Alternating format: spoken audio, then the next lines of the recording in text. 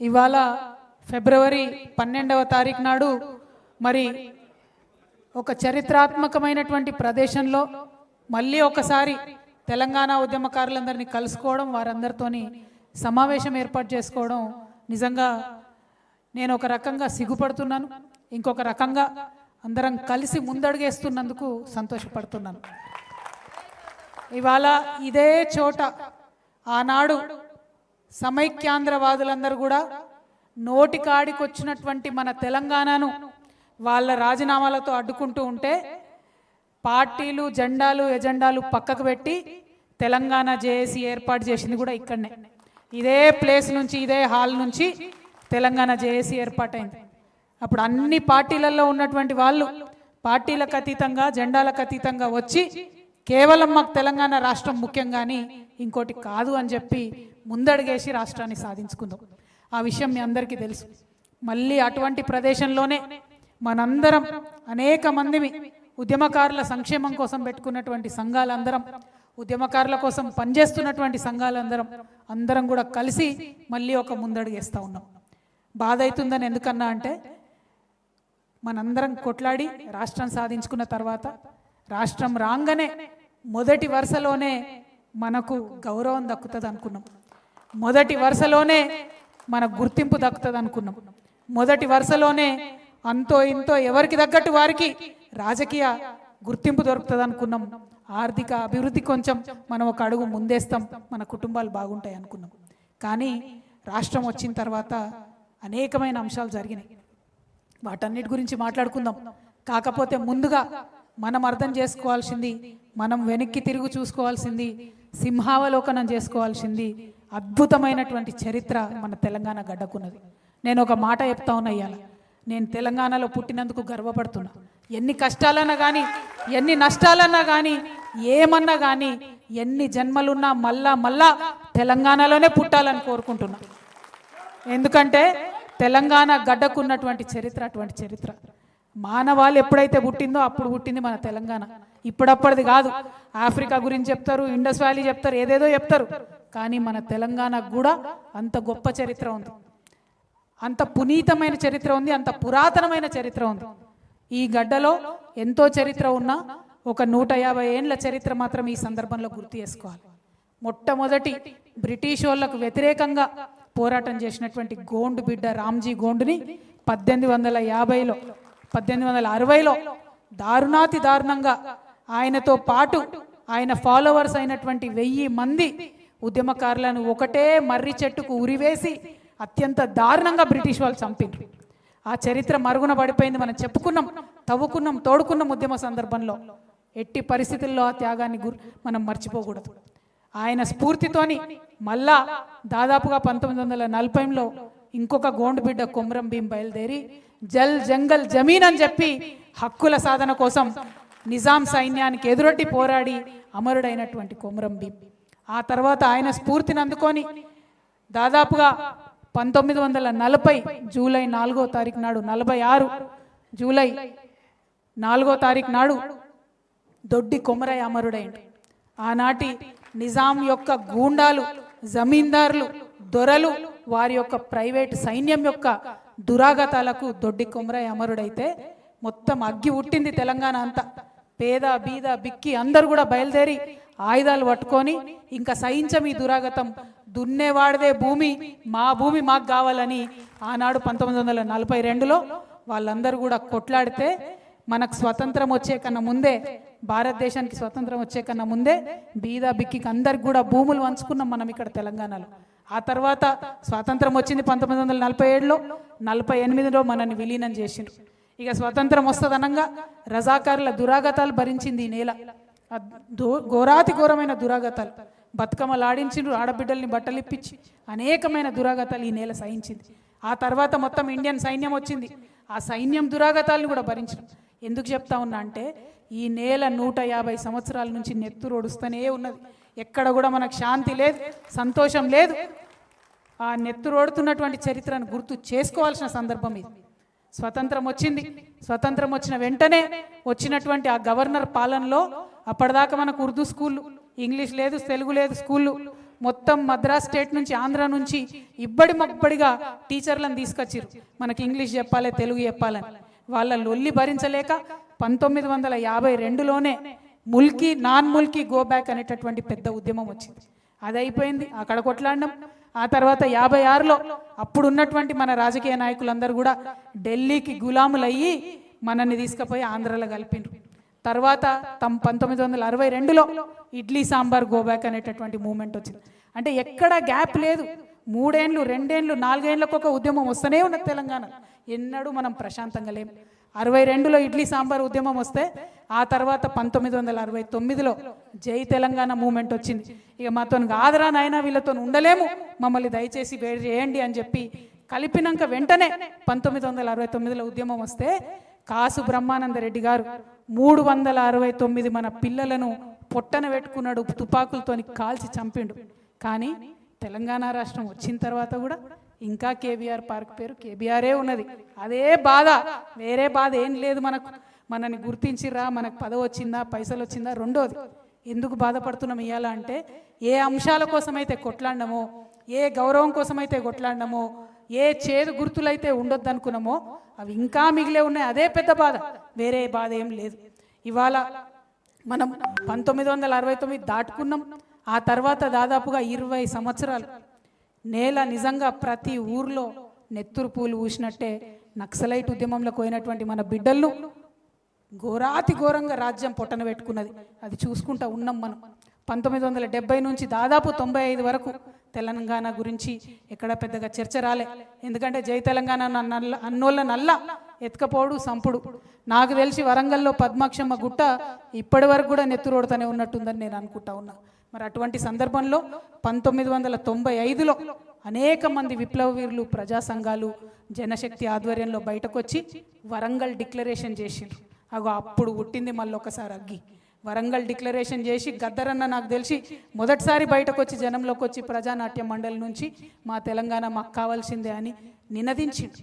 అంటే అన్ని సంవత్సరాలు 1956లో మనల్ని కలిపిన తర్వాత కూడా అన్ని సంవత్సరాలు మన దగ్గర ఉండేటటువంటి విప్లవకారులు, ప్రజా సంఘాలు, మేధావులు అందరూ కూడా నిప్పును కాపాడుకుంటూ తెలంగాణ భావాన్ని కాపాడుకుంటూ వచ్చారు. ఆ తర్వాత కలిసొచ్చే కాలానికి నడిసొచ్చే కొడుకు పుడతాడు అన్నట్టు 2001లో కేసీఆర్ గారు పార్టీ పెట్టి ఆ యొక్క నిప్పు ఏదైతే ఉందో దాన్ని ఆయన అగ్గి రాజేసిండు. దాన్ని మొత్తం మన తెలంగాణ సమాజం అంతా కూడా ఆయన చుట్టూ నిలబడి కొట్లాడి కలబడి 2014లో తెలంగాణ తెచ్చుకున్నాం. ఆ విషయం మనందరికీ తెలిసింది. తెలంగాణ తెచ్చుకున్నాక ఏదైతే మనం ఆలోచన చేసినామో, ఏదైతే గౌరవం ఉద్యమకారులకు దక్కుతుంది అనుకున్నామో, కొంతమందికి అక్కడక్కడ పదవులు వచ్చినాయి, కొంతమందికి ఎమ్మెల్యే సీట్లు వచ్చినాయి, కొంతమంది జెడ్పీటీసీ లైన్రు, కొంతమంది ఎంపీపీ లైన్రు, కొంతమంది చైర్మన్ లైన్రు, కొంతమంది మంత్రులు లైన్రు. మన బాధ ఏంటంటే నిన్నటిదాకా నా పక్కన భుజం తట్టి పనిచేసి నడిచినటువంటి నాయకుడు ఎమ్మెల్యే అయితే ఏం సోదరా అని దగ్గరికి తీసుకుంటాడు అనుకుంటే నువ్వెవడరా అన్నట్టు చూడడమే మన బాధ. ఇది నా బాధ కాదు, ఖమ్మం నుండి వచ్చినటువంటి మిత్రులు మాట్లాడుకుంటూ చెప్పిండ్రు. నిన్న మొన్నటి కాడ మన కాడ ఉన్నోడే ఎమ్మెల్యే అయితే మనకేదో జరిగిపోతుంది అనుకుంటే వాడు మనని పురుగుని చూసినట్టు చూస్తే ఆ బాధ, అవమానం ఎంత దారుణంగా ఉంటుందో మీ అందరికి కూడా తెలుసు. పదే చెప్పిరు మనోళ్ళు. అదొక రకమైతే అప్పటి కూడా సర్లే మనోడే కదా, మారుతాడు కదా, అది ఇది అనుకున్నాం. కానీ ఎవరైతే తెలంగాణ ఉద్యమాన్ని వ్యతిరేకించిరో, ఎవరైతే సమైక్యాంధ్ర వాదాన్ని సపోర్ట్ చేసిరో వాళ్ళందరూ కూడా టీఆర్ఎస్ పార్టీలోకి రావడం ఎవ్వరం కూడా తట్టుకోలేకపోయినాం. వాళ్ళు వచ్చి మనం ఎవరి ఇండ్ల మీదకైతే పోయినామో, ఎవరైతే పోలీసులను పెట్టి మనను కొట్టించిండ్రో, మన ఈపుల మీద లాఠీలు ఇరిచిండ్రో వాళ్ళందరూ వచ్చి మన కేసీఆర్ పక్కన కూర్చుంటారు ఏందని బాధ తప్పితే ఇంకో బాధ లేదు ఉద్యమకారులకు. ఇవాళ ఇక్కడ ఉన్న ప్రతి ఒక్కరు అదే అన్నారు. ఎవ్వరం సార్ని తిట్టాలనుకుంటలేం, కేసీఆర్ గారిని తిట్టాలనుకుంటలేం. ఎందుకు బాధపడుతున్నామంటే 10 ఏళ్ళు రాజ్యం ఇస్తే టీఆర్ఎస్ పార్టీ ఎందుకు న్యాయం చేయలేదన్నది మాత్రం ఖచ్చితంగా అడిగి తీరాల్సినటువంటి ప్రశ్ననే. కేశవరావు జాదవ్ గారు చనిపోతే ఎందుకు ఆయనకు అధికార లాంఛనాలతోని అంత్యక్రియలు జరగలేదని అడగాల్సినది. అందులో ఎటువంటి అనుమానం లేదు. ఎవరికి జరిగినాయి అధికార లాంఛనాలతో అంత్యక్రియలు? ఆ పేర్లు నేను చెప్పదలుచుకోలే. చాలా మందికి జరిగినాయి, మన ప్రాంతం వాళ్ళకి కాని వాళ్ళకు కూడా అధికార లాంఛనాలతో అంత్యక్రియలు జరిగినాయి తప్పితే ఉద్యమకారులకు జరగలేదనేటటువంటి బాధ. జయశంకర్ సార్ బొమ్మ పెట్టాలని నేనే ఎవరో కాదు, జయశంకర్ సార్ బొమ్మ మనకు కేబీఆర్ పార్క్ దగ్గర పెట్టాలని నేనే స్వయంగా ఆనాటి మున్సిపల్ శాఖ మంత్రి గారిని పదే పదే పదే అడిగిన. సుప్రీంకోర్టు తీర్పు అడ్డం వచ్చింది జయశంకర్ సార్ బొమ్మ పెట్టాలంటే. పోనీ ట్యాంక్ బండ్ మీద పెడదామని అడిగిన, పెట్టుకోలేకపోయినాం. వేరే వాళ్ళవి ఉన్నాయి ఆడ తీస్తామని ఉద్యమంలో అనుకున్నాం, తీయకపోతే. కానీ కనీసం మన వాళ్ళే పెట్టుకోలేకపోతామనే బాధ మాత్రం ఇప్పటికి కూడా వెంటాడుతూ ఉన్నది. ఇక ఇప్పుడు ఈయన వచ్చిన ఆయన అయితే ఎవరు బొమ్మలు పెడుతుండో, ఎందుకు పెడుతుండో, మన హైదరాబాద్ కూడళ్ళలో ఏం బొమ్మలు పెడుతుండో అర్థం కూడా కానటువంటి పరిస్థితి ఉన్నది. మన బాధ ఏంటంటే ఉద్యమంతో సంబంధం లేనోడికి ఆడి పక్కన చేరి మనం ఉద్యమం గెలిపించుకున్నామని చెప్తున్నారు చాలామంది. ఇక్కడ ఉద్యమకారులందరూ కూడా కోపంతోని, ఆవేదనతోని అసలు ఉద్యమానికి వ్యతిరేకంగా గన్ను పట్టుకొని తిరిగినటువంటి రేవంత్ రెడ్డిని గెలిపించుకున్నామంటే ఎంత దౌర్భాగ్యం ఇది, మామూలు దౌర్భాగ్యం కాదు. ఇక ఆయనకి ఏం సోయి ఉంటుంది ఉద్యమానికి సంబంధించి, తెలంగాణకు సంబంధించి ఏం సోయి ఉంటుంది, ఏం ఎక్స్పెక్ట్ చేస్తాం ఆయన దగ్గర? రవీంద్ర భారతిలా గద్దర్ అన్న విగ్రహం ఉండాలి. ఎవరి విగ్రహం ఉన్నది ఇవాళ? రవీంద్ర భారతిలా బిరుదరాజు రామరాజు గారి విగ్రహం ఉండాలి. ఎవరిది ఉన్నది ఇవాళ? రవీంద్ర భారతిలా సుద్దాల హనుమంతు విగ్రహం ఉండాలి. ఎవరి విగ్రహం ఉన్నది ఇవాళ? మరి ఇటువంటి సందర్భాన్ని బాధపడి ఏం లాభం? మన చేతుల్లో ఉన్నప్పుడు పొడగొట్టుకుంటుంది, మనం సోయితో చేసుకోలేకపోతే ఇప్పుడు బాధపడి ఏం లాభం? పోరాటం తప్పితే ఇప్పుడు మనకు వేరే శరణ్యమే లేదు. ఎందుకంటే కాంగ్రెస్ పార్టీకి ఎప్పుడైనా ఒకటే భాష అర్థమవుతుంది, పోరాడితేనే అర్థమవుతుంది. 69 నుంచి పోరాడినాం కాబట్టే తెలంగాణ వచ్చింది. ఇప్పుడు పోరాడితేనే ఖచ్చితంగా రేపటి నాడు మన ఉద్యమకారులకు న్యాయం జరుగుతుంది. ఇవాళ నిజంగా బాధ అనిపిస్తుంది నాకు. మనం ఎవరం, అందరం మనం టైగర్స్, మనం సింహాలం. నాకు కొట్లాడినాం, మనం కొంచెం బాధపడ్డాం కరెక్టే. మనోళ్ళే గాయం చేసిరు కాబట్టి నొప్పి ఎక్కువైతుంది, అంతే తప్పితే గాయాలకు భయపడేటోళ్ళం కాదు. మనం కొట్లాడాలి, మళ్ళీ పిడికిలు బిగించాలి. ఎవరి కోసం కొట్లాడాలి? తల్లిని విముక్తం చేసినాం కదా, తల్లిని విముక్తం చేసినాం, కానీ మనం బానిసలైనాం. ఇవాళ మన బానిస సంఖ్యలు తెంచుకోవడం కోసం మనం ముందటికి పోవాలి, మన బతుకు తెరువు కోసం మనం ముందటికి పోవాలి, మన పిల్లల దగ్గర, మన కుటుంబం దగ్గర మన గౌరవం నిలబెట్టుకోవడం కోసం ఖచ్చితంగా ముందుకు పోవాలి, ముందడుగేయాలి, వేద్దాం. నేను ఆనాడు చెప్పినా మళ్ళీ ఈనాడు చెప్తున్నా, ఉద్యమకారులు బాగా కష్టపడున్నారు, ఇబ్బంది పడున్నారు. మళ్ళా ఒకసారి మీ మీద లాఠీ పడితే దానికి ముందు నా మీద పడేటట్టు మీ ముంగట నేను నడుస్తాను ఆనాడు చెప్పిన, మళ్ళీ కూడా చెప్తా ఉన్నా. మీ మీదికి ఎక్కువ పెడితే ఆ బుల్లెట్ మొదట నన్ను దాటుకొనే మీ దగ్గరకు వస్తుందనే విషయాన్ని కూడా నేను మళ్ళీ చెప్తా ఉన్నా. నేను ఉట్టుగా చెప్తలేను, చాలా బాధతో ఆవేదనతో చెప్తున్నా. మా అన్నదమ్ములు, అక్క చెల్లెలు అలా మాట్లాడిన వాళ్ళందరికీ చెప్తున్నా. మీరు బయట ఉండి బాధపడ్డారు, నేను లోపల ఉండి బాధపడ్డా. అంతకు మించి కొత్తగా జరిగింది ఏం లేదు. నేను జీ హుజూర్ అంటే గానే ఉంటుండి, క్యా హుజూర్ అన్న కాబట్టి గీడున్నాయి అలా బయట. కాబట్టి మీరు ఆలోచన చేసుకోండి, అర్థం చేసుకోండి. పెద్దగా విప్పి చెప్పాల్సిన అవసరం లేదు, ఇంటి గుట్టు బయట పెట్టుకోవాల్సిన అవసరం లేదు. ఉద్యమంలో కలిసి పనిచేసినాం, ఉద్యమం కోసం పనిచేసినాం, రేపు కూడా రాష్ట్రం కోసమే పనిచేయాలి. మనం తెచ్చుకున్న రాష్ట్రం, మనం తెచ్చుకున్నటువంటి ఈ రాష్ట్రం మన యువ మిత్రులకు పనికొచ్చేటట్టు ఉండాలి. ఏం జరుగుతుంది అలా? రేవంత్ రెడ్డి గారు వచ్చినప్పుడు ఏమన్నాడు ఆయన ఏమన్నాడు? మొత్తానికి మొత్తం నిరుద్యోగులకు అన్యాయం జరిగిందన్నాడు. ఇవాళ ఏం చక్కదనం జరుగుతుంది? మరి 2 సార్లు పరీక్ష పెడితే ఇవాళ కూడా గదే పరిస్థితి కదా. ఇవాళ కూడా నిరుద్యోగులు పోయి కోర్టు చుట్టూ తిరుగుతున్నటువంటి పరిస్థితి కదా. మరి ఆనాడు న్యాయం జరగలేదు, ఈనాడు న్యాయం జరగలేదు. చేసింది ఏందిరా నాయన అంటే తెలంగాణ తల్లి చేతులకి వెళ్ళి బతుకమ్మని తీసేసిండు, రంగు మార్చిండు, సెక్రటేరియట్లో పెట్టిండు. ఆమె ఏం తల్లో ఎవరికైతే అర్థమైతలేదు. మరి అది తప్పితే ఆయన చేసింది ఏమీ లేదు. నేను ఇవాళ డిమాండ్ చేస్తూ ఉన్నా, మన ఉద్యమకారులందరి పక్షాన నేను డిమాండ్ చేస్తూ ఉన్నా, ఒకటే ఒక మాట అడుగుతా ఉన్నా. ఏదైతే తెలంగాణ ఉద్యమకారులకు చేస్తారని మీరు చెప్పినరో ప్రతి ఒక్కటి చేయాల్సిందే. ఇప్పుడు ఈ సందర్భంలో ఎందుకు పెట్టినాం సభ? ఎందుకంటే ఫిబ్రవరి 26 నుండి బడ్జెట్ సమావేశాలు వస్తూ ఉన్నాయి. ఆ బడ్జెట్ సమావేశాల్లో మరి ఖచ్చితంగా తెలంగాణ ఉద్యమకారులు, అమరవీరుల కుటుంబాలకు ఏదైతే మీరు ఇస్తామని చెప్పారో 25,000 రూపాయల పెన్షన్ ప్రతి అమరవీరుల కుటుంబానికి ఇస్తా అన్నారు. ప్రతి అమరవీరుల కుటుంబానికి ఒకరికి ఉద్యోగం ఇస్తామన్నారు. దానికి సంబంధించి బడ్జెట్లో ప్రకటన చేయాలి. రెండవది, ప్రతి చోట ఉద్యమకారులు ఎవరైతే ఉన్నారో వాళ్ళని గుర్తిస్తామన్నారు. ఆ ప్రక్రియ ప్రారంభిస్తున్నట్టుగా బడ్జెట్ సమావేశాల్లో ప్రకటించాలి. ఉద్యమకారులందరికీ కూడా మరి 250 గజాల జాగా ఇస్తామని చెప్పిండ్రు. ఆ ప్రక్రియ ప్రారంభిస్తున్నట్టుగా బడ్జెట్లో ప్రకటించాలి, అసెంబ్లీలో ప్రకటన చేయాలి. ఉట్టికి కాదు, ఉద్యమకారులకు ఏదైతే సంక్షేమ బోర్డు పెడతామన్నారో ఆ సంక్షేమ బోర్డు ప్రకటన చేయాలి. చేయకుంటే ఊరుకునేదే లేదు. నేను హెచ్చరిక చేస్తూ ఉన్నా, రేవంత్ రెడ్డికి కాదు, కోదండరామ్ సార్కి నేను హెచ్చరిక చేస్తూ ఉన్నా. ఎందుకంటే రేవంత్ రెడ్డిని ఉద్యమకారులు నమ్మిందే మీ వల్ల. మీరు పోయి ఆయన పక్కన ఏరితే ఈ తెలంగాణ ఉద్యమ ద్రోహి, తెలంగాణ ఉద్యమ వ్యతిరేకి ఈయన పక్కకు కోదండరాం సార్ పోయిండు, మరేమో ఈయన చేసి పాడేతాడేమో ఉద్యమకారులకు అని చెప్పి ఉద్యమకారులందరూ నమ్మిండ్రు. కానీ 2.5 ఏళ్లుగా కోదండరాం సార్ ఎక్కడ మాట్లాడతలేరు. ఎందుకు మాట్లాడతలేరు? అసెంబ్లీలో మాట్లాడండి, చర్చించండి, నిలదీయండి. కాంట్రాక్టర్లకు తట్టెడు మట్టెత్తకుండానే 5,000 కోట్ల రూపాయలు రేవంత్ రెడ్డి ఇచ్చుకుంటున్నాడు కదా, మరి మీరెందుకు కోదండరాం సార్ మాట్లాడతలేరని నేను మిమ్మల్ని ప్రశ్నిస్తా ఉన్నా. నేను అడుగుతా ఉన్న ఆకునూరి మురళి గారిని, మీరు ఒక ఐఏఎస్, మీరు ఒక మేధావి, ఏమన్నారు మీరు? విద్యలో మార్పు తేవాలి, కేసీఆర్ చేస్తలేడు, నేను దగ్గరుండి చేపిస్తానన్నారు. అందుకనే కదా నమ్మింది ఉద్యమకారులు మిమ్మల్ని. ఆకునూరి మురళి గారు, కోదండరాం సార్, మీరు పోయి రేవంత్ రెడ్డి పక్కన చేరితేనే కదా ఉద్యమకారులు నమ్మింది. మరి ఎందుకు ఇవాళ మీరు సైలెంట్ ఉంటున్నారు? ఏమిచ్చింది మీ విద్యా కమిషన్? ఇచ్చిన రిపోర్ట్ ఒకటన్నా ఫాలో అయిందా కాంగ్రెస్ ప్రభుత్వం? ఏమన్నా మేలు జరిగిందా? ఏం జరుగుతుంది ఇవాళ? గురుకులాలలో పిల్లలు చచ్చిపోతూ ఉంటే ఏం చేస్తుంది మీ విద్యా కమిషన్? ఎందుకని ఆకునూరు మురళి గారు మాట్లాడతలేరు? ఈ ప్రశ్న ఇవాళ ఖచ్చితంగా ఉద్యమకారులు అడుగుతారు. వారి పక్షాన తెలంగాణ జాగృతి ఇవాళ మిమ్మల్ని ప్రశ్నిస్తుంది. ఇవి రెండే కాదు, మరి అనేకమైనటువంటి అంశాలు ఉన్నాయి. ఎందుకంటే తెలంగాణ ఉద్యమకారులు మనం ఎప్పుడైనా మన కోసం మనం అడిగే అంశాలు అడుగుతాం, కానీ మనతో పాటు తెలంగాణకు కావాల్సిన అంశాలను ఇంకా ఎక్కువ ప్రాధాన్యత అడుగుతాం. కాబట్టి తెలంగాణ కోసం ఏదైతే హామీలు ఇచ్చిందో కాంగ్రెస్ ప్రభుత్వం, వాటన్నిటి సాధన కోసం కూడా వెంటబడతాం. ఊరికే వదిలిపెట్టేదైతే లేదని కూడా ఈ విషయాన్ని తెలియజేస్తూ ఉన్నాం. ఇంకొక మాట, ఇవాళ తెలంగాణ ఉద్యమకారులు అందరూ ఉన్నారు కాబట్టి మీరందరూ ఆమోదిస్తే నేను ప్రపోజ్ చేయాలనుకుంటున్నాను. హైదరాబాద్లో అద్భుతంగా బిల్డింగ్లు కట్టుకున్నాం, ఫ్లైఓవర్లు కట్టినాం, 56 అంతస్తుల మేడలు కట్టినాం. కానీ ఆ 56 అంతస్తుల మేడలో కనీసం 50 మంది కన్నా మన పిల్లలకు ఉద్యోగాలు వచ్చినాయా? వచ్చే ప్రైవేట్ కంపెనీలలో ఎక్కడన్నా తెలంగాణోడు కనబడుతున్నాడా? ఎక్కడనో నార్త్ ఇండియా నుంచో ఎక్కడి నుండో వచ్చి 1,50,000 ఉద్యోగాలు, 2 లక్షల ఉద్యోగాలు వాళ్ళే చేసుకుంటున్నారు. కానీ చదువుకున్న మన పిల్లలకు ఎక్కడన్నా అవకాశం ఉందా?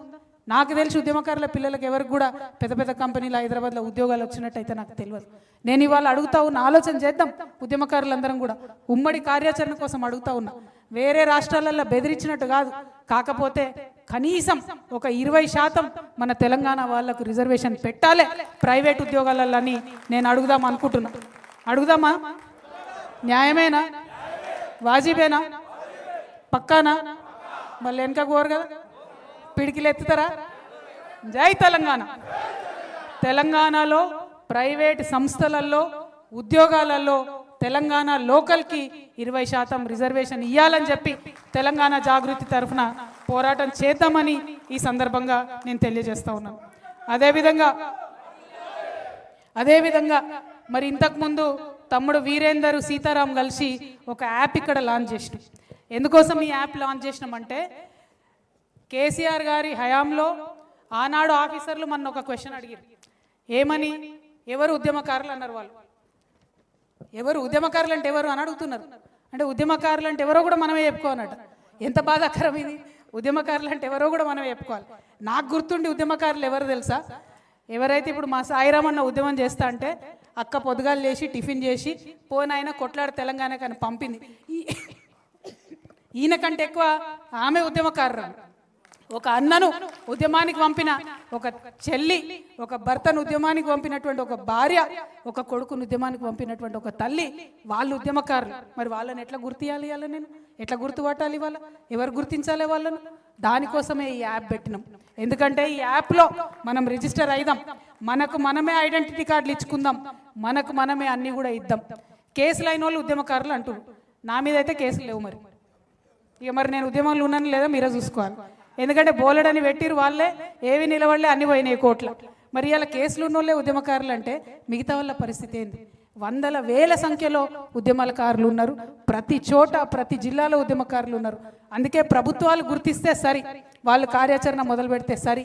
లేదంటే ఏదైతే మనం యాప్ లాంచ్ చేసినామో దాంతో ఇమీడియట్గా ఉద్యమకారులంతా డేటా కూడా తీసుకొని ఐడి కార్డ్స్ పెట్టుకొని, ఇగో ఇవి మా ఐడి కార్డ్స్ అని సెక్రటేరియట్కి పోయి ముఖ్యమంత్రి గారికి ఇద్దాం. ఆయన అప్పుడు ఇవ్వకపోతే అప్పుడు కోదండరాం సార్ని మళ్ళీ పట్టుకుందాం, అప్పుడు ఆకునూరు మురళి గారిని మళ్ళీ పట్టుకుందాం, అప్పుడు ఉద్యమాలలో ఉండి రేవంత్ రెడ్డిని ముఖ్యమంత్రిని చేయడంలో కీలక పాత్ర పోషించినటువంటి అందరినీ కూడా అప్పుడు పట్టుకుందాం, అడుగుదామని ఈ సందర్భంగా నేను తెలియజేస్తున్నా. అదేవిధంగా ఇంకొక మాట మనం గుర్తుపెట్టుకోవాలి. ఎంతోమంది ప్రెస్ మిత్రులు పాపం వాళ్ళ యాజమాన్యాలకు వ్యతిరేకించి కూడా మన కోసం వాళ్ళు రాసి వాళ్ళకి న్యాయం జరగాలి. ఎంతోమంది నాకు తెలిసిన వాళ్ళు పత్రికలు పెట్టుకున్నారు, ఇల్లు అమ్ముకున్నారు, పుస్తకాలు వేసారు, తెలంగాణ సాహిత్యాలు ఇండ్లు అమ్ముకున్నారు. వాళ్ళని గుర్తించిన వాళ్ళు ఎవరు లేరు. ఆ రచయితలు, ఆ కళాకారులు, ఆ పుస్తకాలు వేసిన వాళ్ళు వాళ్ళకు గౌరవం దక్కాలి. ఏదో ఒకటి చేద్దాం, మనందరం కలిసి ఈ యాప్ పెట్టుకుందాం. ఈ యాప్లో ఉద్యమంలో ఎవరు ఎంత కాంట్రిబ్యూట్ చేసినా సరే వాళ్ళందరినీ కూడా మరి గుర్తించి గౌరవిద్దామని చెప్పి నేను తెలియజేస్తా ఉన్నా. ప్రభుత్వాలు గౌరవించే కన్నా ముందు ఈ యాప్లో వచ్చినటువంటి డేటాకి తెలంగాణ జాగృతి సంస్థ నుండి ఖచ్చితంగా హెల్త్ ఇన్సూరెన్స్ మేము ఇవ్వడం జరుగుతుంది. ఎందుకంటే ఇది ఉట్టిగా చెప్తలేను నేను. కుత్బుల్లాపూర్ నుండి నాకు ఒక అన్న కలిసి చెప్పిండు, అక్క మా భార్యకు బాగలేకపోతే కనీసం హాస్పిటల్కి తీసుకోలేని పరిస్థితుల్లో నేను ఉన్నాను. సో ఉద్యమకారుల కుటుంబానికి, భార్యకు, భర్తకు, పిల్లలిద్దరు ఉంటే పిల్లలిద్దరికి, ముసలి తల్లి తండ్రి ఉంటే వాళ్ళిద్దరికి, మొత్తం కుటుంబంలో దాదాపు 6 మందికి తెలంగాణ జాగృతి నుండి ఆ యాప్లో ఎన్రోల్ అయిన వాళ్ళందరికీ హెల్త్ ఇన్సూరెన్స్ మేము ప్రొవైడ్ చేస్తాం. ఎందుకంటే మమ్మల్ని చూసి ప్రభుత్వానికి సిగ్గు రావాలి, మమ్మల్ని చూసి ప్రభుత్వానికి బుద్ధి రావాలి.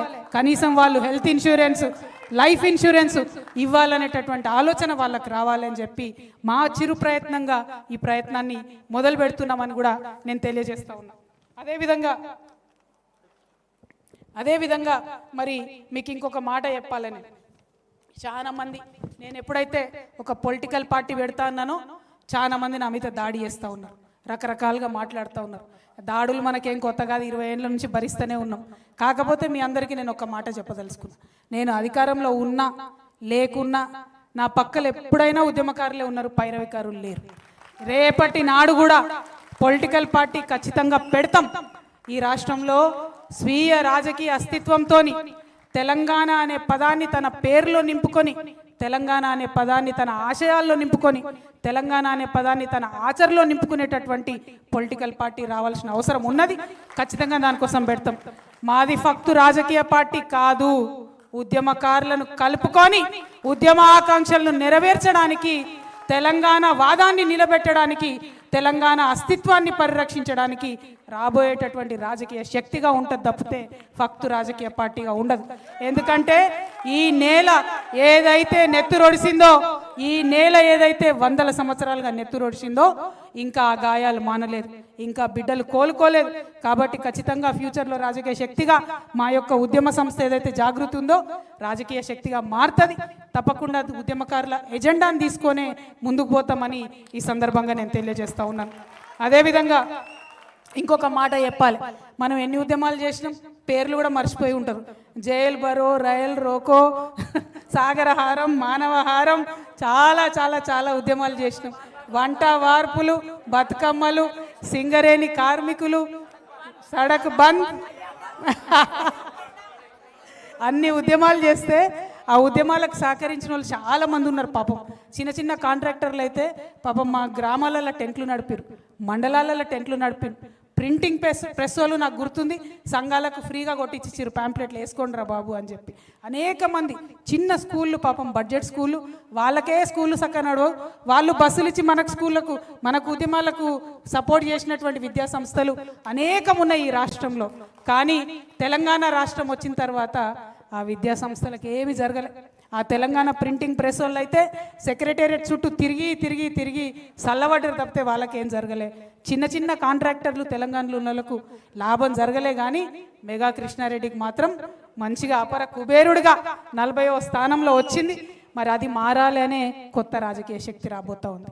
మన వాళ్ళని కాపాడుకోవడానికే కొత్త రాజకీయ శక్తి రాబోతూ ఉంది. అదేవిధంగా మిమ్మల్ని నేను కోరేది ఒకటే, కేసీఆర్ గారి మీద ఎవరికి నిజంగా కోపం లేదు. ఆయన ఉద్యమంలో కష్టపడ్డాడు, పనిచేసిండు. మొదటిసారి అధికారం ఇచ్చిర్రు ప్రజలు, ఎవరిని కాదని ఇచ్చిండ్రు. ఆనాడు కొట్లాడినాం మనందరం, మనకు ఒక రాజకీయ పార్టీ ఉండాలని 63 మందితో అధికారం ఇచ్చినాం. ఇచ్చిన తెల్లారు ఏమైంది, అన్ని పార్టీలు ఇళ్ళకే విలీనమైంది. నువ్వు ఎవరిని కోటేసినా ఇళ్ళకే వస్తారనేటటువంటి పరిస్థితి వచ్చింది. అన్నిటికన్నా ఎక్కువ ప్రజాస్వామ్య విలువలు అనేటటువంటి కాలరాయబడ్డాయి.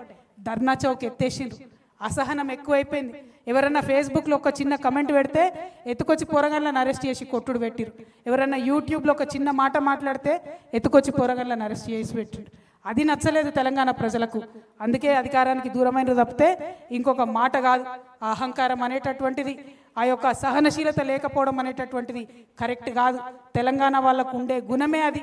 మనకుండే గుణమే మంచితనం, మనకుండే గుణమే కలుపుగోలుతనం, మనకుండే గుణమే బోలాతనం. దాన్ని కోల్పోతే తెలంగాణ ఆత్మ కోల్పోయినట్టే.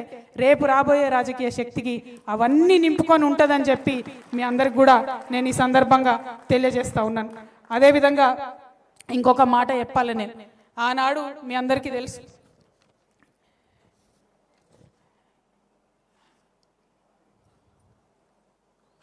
ఆనాడు మీ అందరికీ తెలుసు, నేను చెప్పుకుంటూ వచ్చిన చరిత్ర, ఎంతోమంది వారసత్వంగా కాపాడుకుంటూ వచ్చినటువంటి తెలంగాణ భావన అనేటటువంటి మెట్లెక్కి ఆనాడు కేసీఆర్ గారు అధికారంలోకి వచ్చారు.